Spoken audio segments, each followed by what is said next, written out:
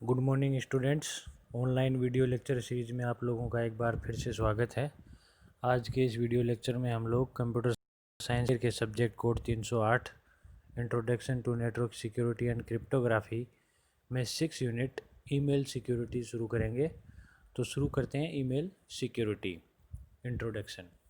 Email security से तात्पर्य यह है कि ईमेल अकाउंट और सर्विस का एक्सेस सिक्योर करना। ईमेल अकाउंट और ईमेल के द्वारा जो भी सर्विसेज मिलती हैं उनका एक्सेस सिक्योर करना। ईमेल सिक्योरिटी के अंतर्गत विभिन्न प्रकार के ईमेल अटैक्स से बचाव के लिए साइबर सिक्योरिटी के उन सभी उपायों को अपनाया जाता है जिनसे किसी ईमेल अकाउंट, ईमेल कम्युनिकेशन और सेंसिटिव ईमेल डेटा को सुरक्षित रखा जा सके। यानी वो सारे उपाय इसमें किए जाएंगे। ईमेल सिक्योरिटी के अंतर्गत साइबर सिक्योरिटी के वो सारे उपाय इसमें शामिल होंगे जिनसे ईमेल अकाउंट, कम्युनिकेशन और ईमेल का जो सेंसिटिव डेटा है उसको सिक्योर रखा जा सके। ईमेल सिक्योरिटी के माध्यम से कोई व्यक्ति या संस्था एक या अधिक ईमेल एड्रेस या अकाउंट के ओवरऑल एक्सेस को प्रोटेक्ट कर सकता है। किसी हैकर के लिए ईमेल ही सबसे पहला और आसान स्रोत होता है जिसके द्वारा वो किसी कंप्यूटर को संक्रमित कर सकता है और उससे सेंसिटिव इन्फॉर्मेशन चुरा सकता है।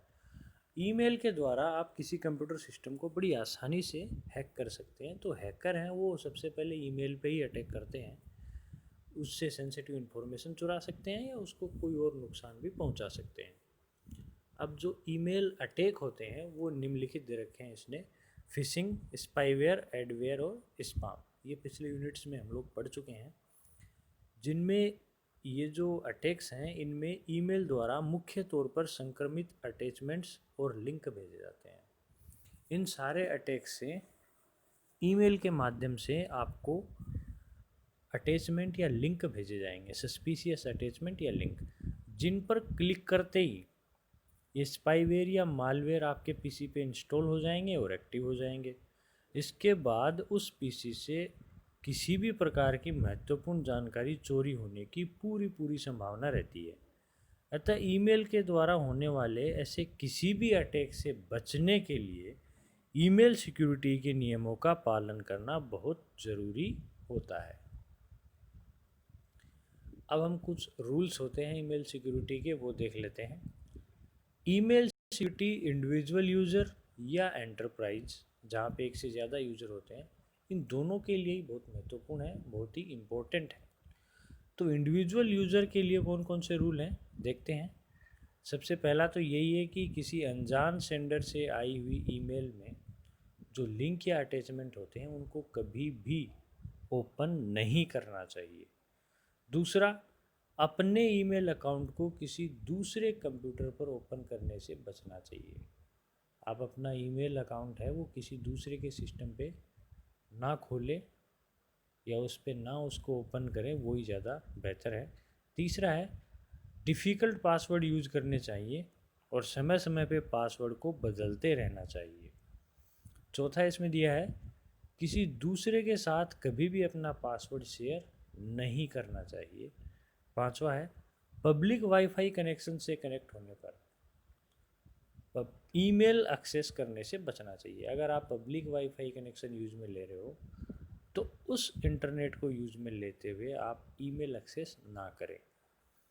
नेक्स्ट इसमें है, एंटीवायरस सॉफ्टवेयर का प्रयोग करना चाहिए और उसे अपडेट भी रखना चाहिए। अब ये तो हो गए इंडिविजुअल यूज़र के। अब देखते हैं रूल्स फॉर एंटरप्राइज।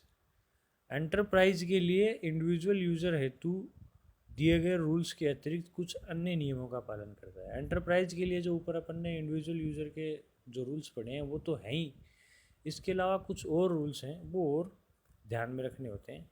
तो देखिए, पहला, ईमेल सिक्योरिटी अप्लायंस, जिसे एंटी स्पैम या एंटी फिशिंग डिवाइस भी कहा जाता है, इसको नेटवर्क पर इंस्टॉल किया जाता है और इसका प्रमुख कार्य आउटगोइंग और इनकमिंग ईमेल को स्कैन करने और किसी भी प्रकार के संक्रमण होने पर उस ईमेल को ब्लॉक करना और एडमिन को सूचित करना होता है, उसको सचेत करना होता है।